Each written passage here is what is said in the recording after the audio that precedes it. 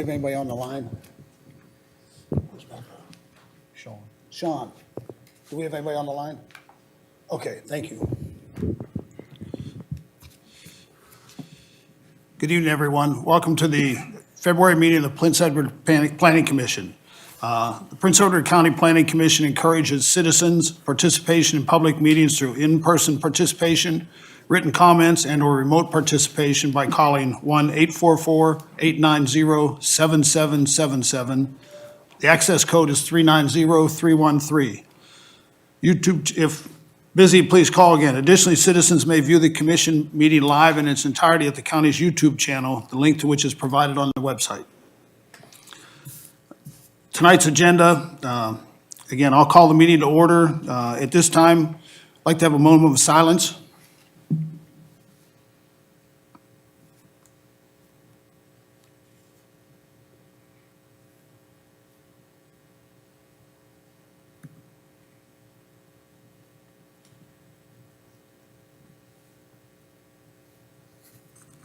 Thank you.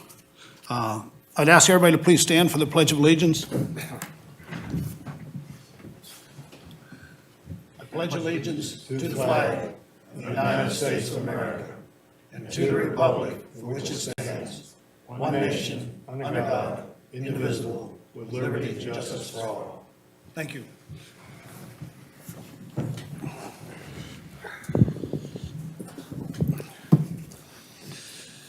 Next on the agenda, we do have a conflict of interest disclosures. Do we have any conflicts for tonight's meeting? Mr. Chairman, I would like to disclose one, and I need to read a statement, please. Excuse me. As a member of the Prince Edward County Planning Commission, I, Rhett Weiss, am disclosing that I have a personal interest in the transaction under Agenda Item 11, the consideration of the special use permit application for an elevated water storage tank with booster pump station located on tax map parcel number 039-A-3 and filed on behalf of the Prince Edward County Industrial Development Authority, or the IDA, located at 111 North South Street, Farmville, Virginia 23901. I am the owner and CEO of Dealtech Limited, which has a contract with the IDA to provide economic development, marketing, and related advisory services regarding this parcel, commonly known as the Heartland Innovative Technology Park, or HIT Park for short, the value of which is in excess of $5,000 per year. Also, the IDA has listed the HIT Park for sale with Cottonwood Commercial LLC, the real estate firm at which I have my real estate license. In accordance with sections 2.2-3112A, 2.2-3115F, and 2.2-3115G of the Code of Virginia, I am disclosing my personal interest and declaring for recordation in the meeting minutes that I am unavailable to participate in all discussions and votes on the Planning Commission's consideration of this special use permit application. I have filed a declaration of disclosure with the Office of the Prince Edward County Administrator, a copy of which is available for public review. Thank you, Mr. Weiss. Next on the agenda, and this is annual, so we have a little bit of housekeeping to do. We will have election of chair, election of vice chair. At this time, do we have any nominations for the chair position? With no nominations, I'm going to give it to, no, just kidding. I'd like to nominate you again, John. Thank you, maybe. Okay, no, thank you. Are there any other nominations?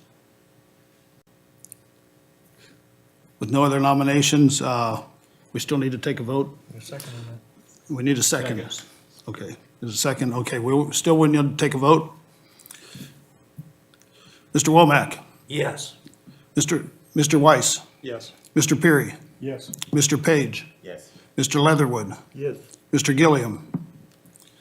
Mr. Fuller? Yes. Mrs. Sandlin? Yes. Okay, it is passed. The election, the chair will continue as it was in the past. The next on the agenda would be the election of vice chair. And again, I'll open it up for anybody from the board here to nominate.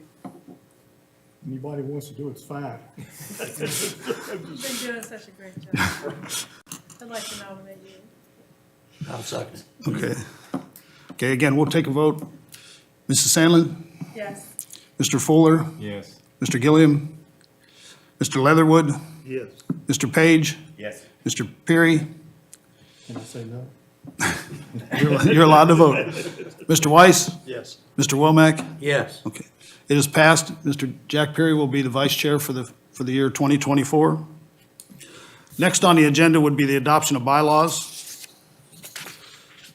Mr. Love, do you have any comments relative to the new bylaws? The bylaws are the same as they've been. Okay. Unless y'all see any change. There are no changes to the bylaws unless somebody has a recommendation here at this time. Make a motion, we adopt the bylaws as is. Second. Okay, again, we'll just take roll for that. Mrs. Sandlin? Yes. Mr. Fuller? Yes. Mr. Leatherwood? Yes. Mr. Page? Yes. Mr. Peary? Yes. Mr. Weiss? Yes. Mr. Womack? Yes. Bylaws have been adopted for 2024. The day, time, and place of the regular meetings, we've always done the third Tuesday at 7 o'clock. I guess there's comments. Does anybody have a problem with that right now, as far as the board? Then I'd look for a motion to continue where we are at 7 o'clock. We had moved it from 7:30 to 7 o'clock, and I think it's worked better for everybody. So is there a motion? I'd like to make a motion that we continue with the time. Mr. Chairman, I believe Mr. Gilman has joined us on the phone. Oh, he has, okay. He'd like to participate remotely on the meeting. Mr. Gilliam, congratulations on becoming not only the chair, but the vice chair. Anybody that's absent gets nominated. Okay, so we have a motion for the 7 o'clock? Second. Okay. I'm sorry, Mr. Gilliam, could you repeat?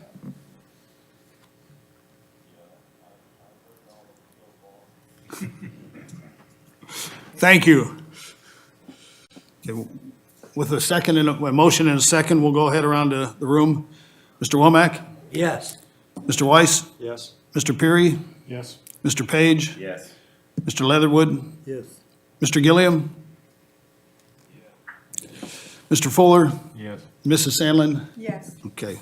The time and day of the meeting will stay the same. We'll be 7 o'clock on the third Tuesday of each month, unless we get notification from Mr. Love that there's either a change due to conflict or there's a cancellation because of lack of public hearing.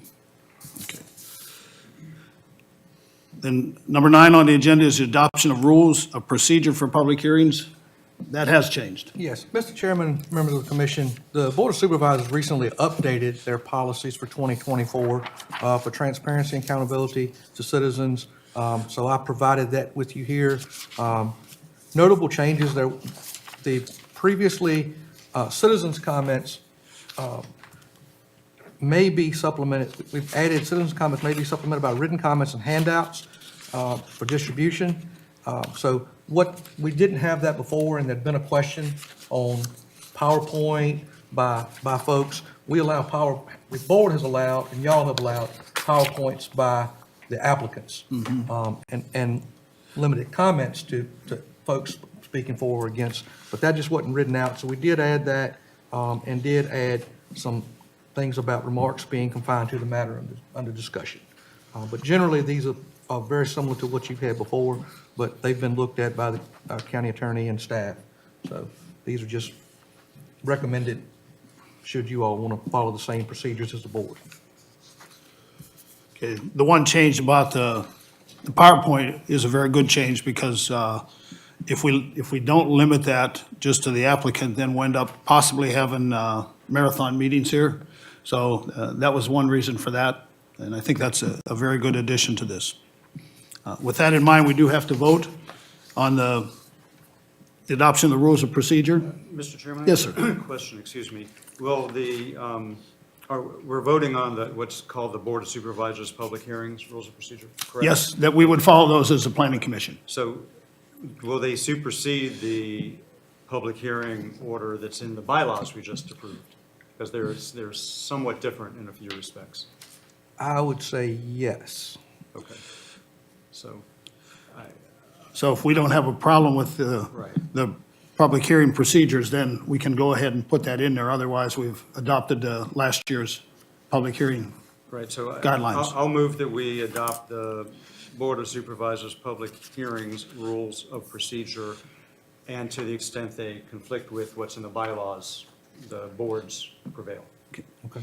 Do we have a second? Second. Okay. We'll go around the room and vote also there. Mrs. Sandlin? Yes. Okay. Mr. Fuller? Yes. Mr. Gilliam? Mr. Leatherwood? Yes. Mr. Page?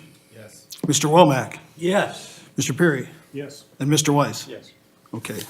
So the bylaws, I'm sorry, the rules of procedure for public hearings have been adopted, and they will be adjusted so that we have that within the bylaws. Okay. Finally, is the approval of the minutes from last meeting. If anybody has any possible changes to the minutes from our prior meeting, Mr. Chairman, I have a minor one. okay.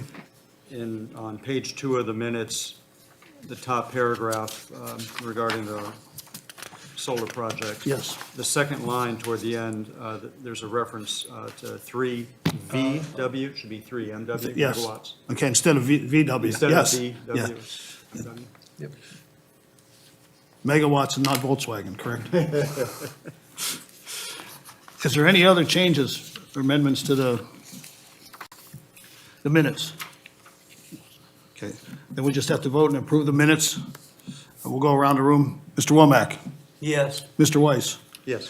Mr. Peary? Yes. Mr. Page? Yes. Mrs. Sandlin? Yes. Mr. Leatherwood? Yes. Mr. Fuller? Yes.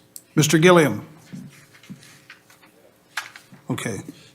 The minutes have been approved with the one amendment to VW to MW.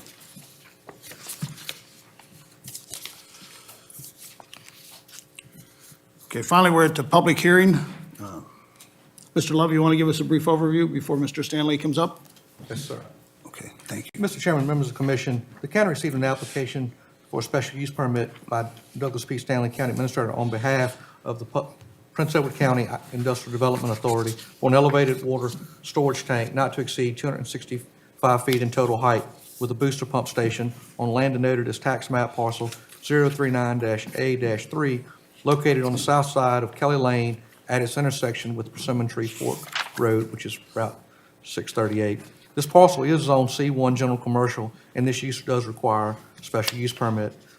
This public hearing was duly advertised in the Farmville Herald on February 2nd and February 14th. List of adjoining property owners were sent letters, as well as the town, because this is within a half mile of the corporate limits of the town of Farmville.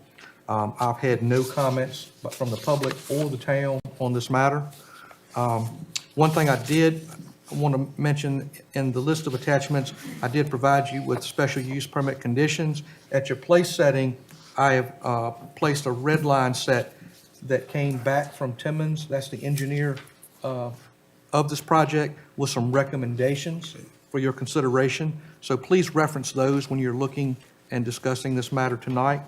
County staff is of the opinion this is generally compatible with the zoning district and will have minimum impacts on surrounding properties. I'd be glad to answer any questions a member might have of me. Do we have any questions from the board for Mr. Love?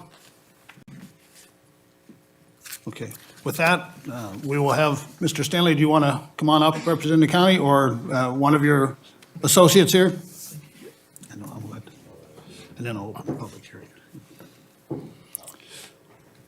After the presentation, I'll open the public hearing for comments, questions that come up from the floor here, as well as anybody possibly on the phone.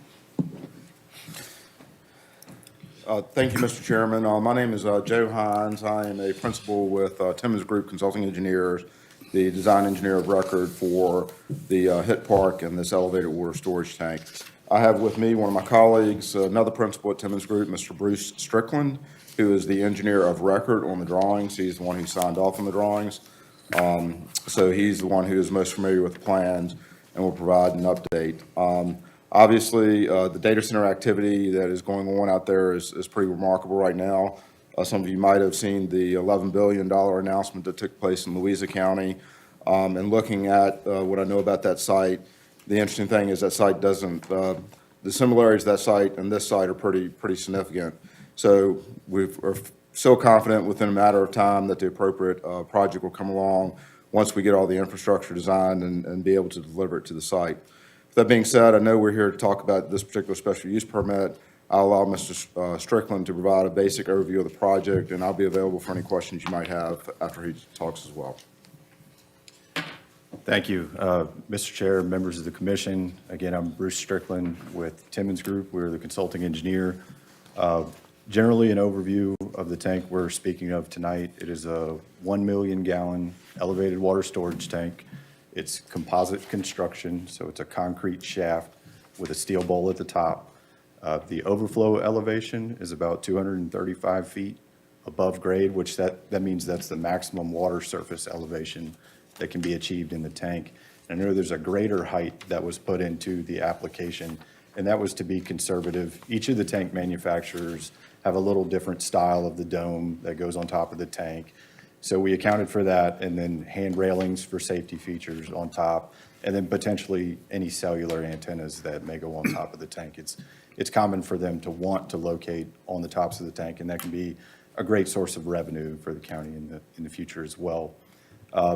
In terms of how the tank will be supplied, we do have a separate project just for situational awareness to get water from the town of Farmville to the tank itself. It would connect to the existing system over near Sunchase Lane and then go down 3rd Street and then follow Persimmon Tree Fork Road over to the tank site location. So in the base of the tank, there will be booster pumps. The town of Farmville's pressure is lower than the pressure that this elevated tank would provide. So we do need to pump up into that tank.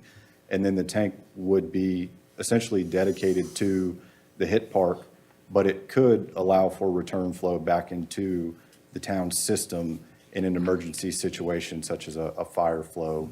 And there is a pressure reducing valve in the base of that tank that will prevent the pressure from getting too high in the town's system. And also once it drops to a certain point, then that valve will open and allow the flow to return into the system. And at this time, I'd be happy to answer any questions that the commission may have. I got one. So the infrastructure, this is part of the infrastructure for the proposed technology park. So there's no other use for this tank other than to supply water to this park at this point in time? I think Joe is coming up and he may want to address that. Sure. As some of you might be aware, we are obviously looking to develop a Sandy River water system as well. And so while Farmville is intended to be an interim connection, if we were to get a data center prospect sooner than we would have the Sandy River system up and running, we would ultimately be connecting the Sandy River into this tank. And that tank would help provide pressure going to other locations in the county, the industrial park in Hampton, once those lines are constructed. So there is a larger systematic use for this tank. The connection to the town of Farmville would also allow for redundancy in case there was a drought situation coming from Sandy River, but essentially it's designed and intended to be part of an overall system, which will include the Sandy River Water Project. Just for compost, just curious, the current water tower adjacent to Lowe's, what's the capacity of that one? Does anybody know offhand? I'm just curious. Is that on, Yeah, what that's street is it? It's 250,000 That's what I gallons thought, per day, okay. Or not per day, 250,000 gallons. Okay, So to give you an idea, we opted to go with 1 million gallons for a couple different reasons. One, data center demands during peak can be literally in the millions of gallons, and you want to have adequate holding capacity there too. You also have a fire flow component, and normally the fire flow needs to be for a minimum of 2 hours or 120 minutes. And that fire flow can range anywhere from 2,000 gallons per minute to 3,000 gallons per minute, which would essentially be 250,000 gallons plus 360,000. That's why a tank at the industrial park would be a little bit too small to allow for fluctuations in fire flow plus normal usage on a regular basis. So it's stepped up. We see in data center parks you do have heavy level demand. Sometimes you have to put a second tank up, but we felt there was a balance between this size of this tank, not doing it too small and not doing it too big. okay, thank you. Well, just follow up. So it's for fire, but also is for cooling or what? Without getting too far into the weeds. Yeah, no. Commissioner Foley, yes, that is correct. It would serve multiple purposes You would use it for cooling water that would be needed for a data center. And then if there were a fire situation, again, the demand is you would need to be able to turn the valve on and get anywhere between 2,000 and 3,000 gallons a minute for up to 2 hours. And it's a insurance safety rating, ISO rating is what they call it, that most industrial prospects need. So yes, that's an intended purpose is both domestic usage, cooling water, and fire flow protection. So it's basically, it's an essential part of the overall system. Yes, sir. Yes, sir. Any other questions for the applicant? Okay, with that, thank you very much. May have to call on you if there's any questions, either from anybody here or from anybody on the phone. With that, opening the public hearing, we do have one individual who'd like to speak, Mr. Southall. You can go to the podium, please. We'd ask that of everybody, so we're not singling you out. Okay, I'm Delbert Southall. I'm in the Lockett District, and actually I'm a property owner right beside Kelly Lane, all the way to the river to the north side. So Mr. Hines brought up an interesting fact or thought. If this is for fire protection, and basically y'all are looking at the data center, if that's what's to be there, but will it be for the homeowners in that area too? Will there be fire hydrants back towards? Because that ISO rating would really help us down that road. You're talking about for residential water? Yes, sir. Okay. Well, not for water, for Yeah. fire protection. Oh, for fire protection. Right. I was just curious if that could be or would be. So, yeah, I mean, we certainly can make sure that there are fire hydrants that are available for a potential situation for a house. And, right. you know, we have not designed, what we have not done is we have not designed the water line going into the site yet because we just don't know what kind of layout there would be. But I think we can certainly note in the record that whatever line that we lay in there, we'll put a fire hydrant on it to accommodate the landowners. Well, that would be awesome because that's, that would be something that the home, I've mentioned to several of you, I have yet to talk to anyone down that road in my neighborhood that is against this project. So that's positive, and I'm all for it myself. And now hearing this right here, I think that would just be one more little bit of icing on the cake to help us all out down that road. I guess one concern I have, and it's the only one I'm going to ask, is Kelly Lane is my driveway, and I cut the road out. It's an old road that shows up on the old 1800 maps, but it was abandoned. I cleaned the road out to put my house down there on the property, and I would just ask that if anything, it can not be disturbed. So I know it's a lot to ask, and but to open it up would allow traffic to come down to the house and sightseers to see what's going on, and we don't need that. Understood. Other than that, I appreciate it, and I think the work that's going on is going well, and looking forward to see how this is all going to turn out. Well, thank you so much for your input and your comments, sir. Thank you. Appreciate your time. Chairman Freeman? Yes, sir. Just, Yes, sir, Mr. Hines. Yes, sir. Mr. Southall mentioned that to me before the meeting. Right now, just so everybody's clarification, to say the intent is to tie in for Cemetery Road, not to tie in or improve Kelly Lane. So VDOT might make us do some rerouting of Kelly Lane, maybe where we tie into it, but for the most part, Kelly Lane should remain a private road. Question for you regarding the tower, and it was comment about a fire hydrant. Are we looking at this as be able to supplement when trucks, for whatever reason, water trucks need to be filled there? Will we have that ability? You know, it's a question, because a lot of times water trucks for fires have to be filled somewhere, and this would just give another location within the area for that. Is there going to be typically it's done with a fire hydrant, will there be a fire hydrant or some way that the trucks for any of the fire departments with approval could at least replenish their tanks? The design does include a fire hydrant Okay. at the base of the tank. Okay. It would be the one right there on the site. Okay, And that- that's what I thought when I looked at it, but I just wanted to make sure that that's what that fire hydrant's for. Okay. Okay. Also, Joe, being on fire department, I also know if y'all can work it into your design on the line coming from the town to the tower and put a hydrant every so often, if a homeowner is in with so many feet of a fire hydrant, they get a big reduction in their fire insurance and everything. So y'all can maybe take that in consideration as you're putting the line in and everything. Yeah, absolutely. I think there's normally 500. I know some towns and cities have maximum distances they want between fire hydrants, but we can certainly take a look at that and add those in. Obviously, subject, I'm presuming the county is going to be okay with that, but since they're the applicant, they're fine. But yes, we certainly physically can do it without much difficulty. Thank you.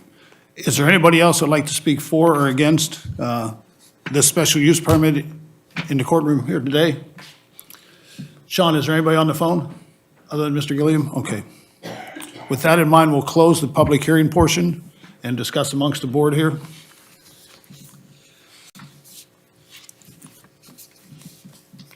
My personal comments, it's definitely a positive for the county. It puts us in a much better situation for water in the future, whatever it be coming from just the town, whether it be coming from Sandy River or a combination of both. But for future, for the county developing anywhere, business and ultimately residential, it's an extreme positive thing to be able to have access to water. There's a lot of areas that just don't perk well. How's that sound? But are there any questions or whatever, or comments? I concur. Okay. Our job right here is to take a vote on approval or deny of the special use permit by Mr. Stanley and the county administrative department, as well as the applicant here, support from Mr. Hines and Timmons. Do we have a motion to approve or decline? Oh, I'm sorry, with the revised conditions that were redlined on here. If everybody saw them, it changes the lighting a little bit of the tank. And talking about the certification, it's a consideration naturally, and just maintenance of the tank, but that's in there too. So I think those conditions are important. Just a little bit of knowledge of tanks that I do have. If you don't maintain them, there's some extensive costs when you defer maintenance. Okay, with, again, question for a motion for approval of the project, subject to the conditions that are here at the desk for each of us. Mr. Chairman, I move the planning commission recommend approval of the special use permit. Okay, do we have a second? Second. Okay, we'll just go around the room to make sure. Mrs. Sandlin? Yes. Okay, Mr. Fuller? Yes. Mr. Gilliam? Mr. Leatherwood? Yes. Mr. Page? Yes. Mr. Peary? Yes. Mr. Womack? Yes. Okay. The special use permit has been approved by the county. Recommendation, and I'm unable to vote. Typically, the chairman doesn't vote, and there was just a question from the audience in the background there. Yes. Typically, the chairman does not vote. It is an option. The chairman typically will vote if there's a tie, to break a tie. Okay. Thank you very much, everybody. With that in mind, next on the agenda is review of supervisor actions. Yes, I really don't have anything to provide you with on this matter, other than the last hearing we had, the New Leaf Energy Project on Old Ridge. I got the call today. They have decided to hold it off for another month. So that will not, the earliest that would go to the board would be in the April meeting. But again, it's on their timetable. They're working with the neighbors. They're going to try to have another community meeting, outreach meeting, which I'm told is March 4th. I don't have at Salem Church, the wedding facility. I haven't seen that officially yet, but that will be that's their meeting, just to try to work with the neighbors. They're working with Mr. Puckett on some alternate things, like to address hunting, to address other timbering and things of that nature. But Right now, that's on hold by their attorney. And that kind of covers old business. Back to that, just one comment. There was a local resident that had a question about property lines. Is that going back to their attorney too? Because Yeah, that's a, That's not applicable to that. yeah, No, that's it's not not applicable to that at all. It's at the north corner. Okay. And it's not even in the project Okay. area. So that was a tax map drawn, Right, right. hand-drawn, transposed era Okay. issue. Okay. So that would have been addressed in the final site plan. Right. We're just not there yet. Okay. But they're aware of that. Okay. As long as they're aware of They it, yeah. agreed to survey the property if they're approved. Okay. That was a proffer. Okay, But so far, again, they did file an appeal of y'all's substantial in accord. That's a process. The board hears that appeal. So if it moves forward, it would have that hearing first and then have the special use permit hearing. okay. But we're waiting for them through their attorney to reactivate that. I don't really have a whole lot of old business. Old business, okay. Do have a new business. New business? Yeah, under new business, you'll see that, got a draft, got a letter from Blackwood Development. They are the builders, owners of the Wawa and the Flagstop Car Wash. It's a pretty lengthy packet. I've issued them every sign permit I could issue them. They want a sign on the back of the building that would be seen from Commerce Lane. As a matter of fact, in my early talks with Harbor Freight, they're on Dominion and Farmville Road. I told them about signage. They didn't apply for a side or a rear building sign, but I know they're interested as well. So when Wawa came up with this and sent us a letter, with County Administrator and I, we talked about it, and I drafted up a modification, which is in your packet, that it would only apply to a corner lot. Okay. Since we do allow, setbacks on corner lots are different than a standard lot. So in looking at this, allowing a second sign of each sign type would allow a business coming on a corner to have visibility. If you know a lot of Dollar Generals, they put them on a main road, but they'll have a side road entrance, like at the Prospect site and the Rice site. So just thought this was a common sense approach to a corner lot, to treat them a little differently than a standard single road lot. And it actually made, the language is already in the code about setbacks, had corner lot and double front. So I used that verbiage, so it's consistent with the rest of the zoning ordinance. This would have to have a public hearing. If you're comfortable with what's been drafted here, we would advertise this for your March meeting. And again, this is for only corner lots, correct? That's true. Okay. So are we gonna look at just the draft? I mean, are we gonna address this particular case with Wawa now?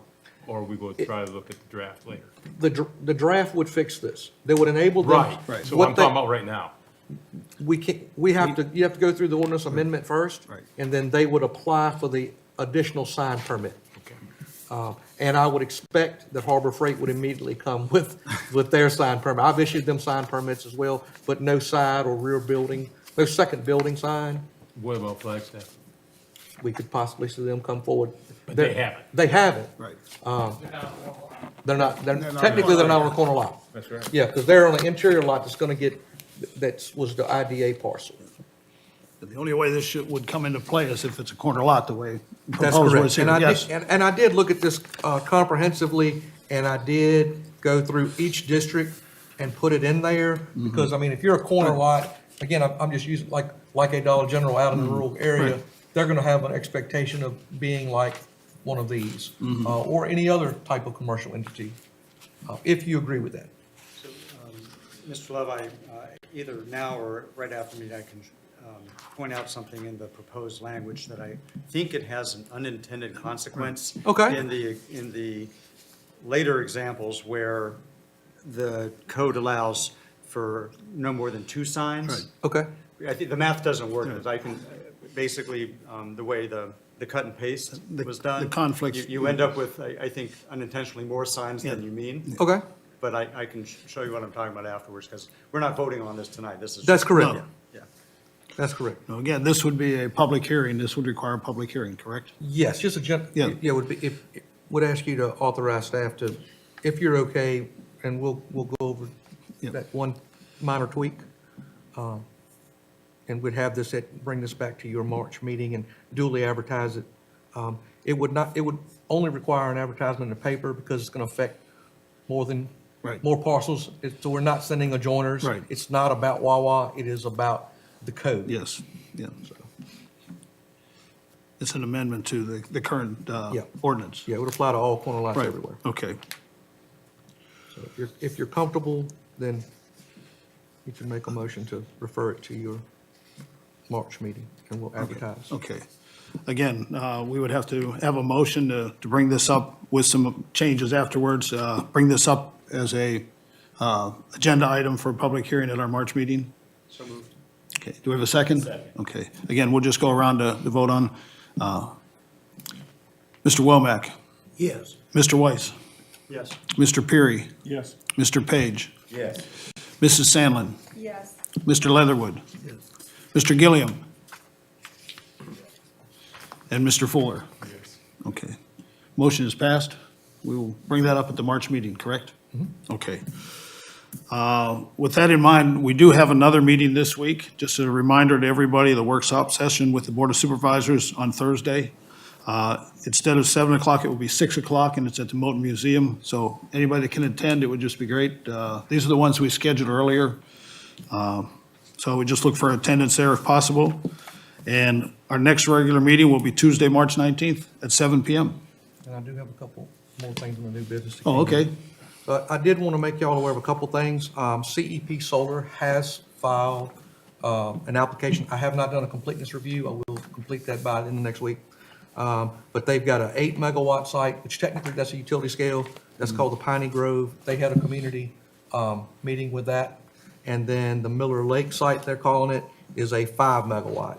So those will be scheduled, as long as their application is complete, I'll be bringing those to you all for public hearings in March, as well as this ordinance amendment. Okay. Want to make you aware of that. Also on, I guess I could have covered this on the old business. Today, we had the architectural plans that finally came through for Harbor Freight. So they're going to the building official and anticipate those being approved and going out here next week. Building official's on vacation, but as soon as he gets back on Monday, he'll be looking at those. Grading, of course, has started at the Wawa and Flagstop Car Wash site. So that's moving forward. And that's about all I got. Any other comments from the board? New business or old business? Okay. With no other comments, meeting is adjourned. Thank you, everyone. Look forward to seeing you on Thursday.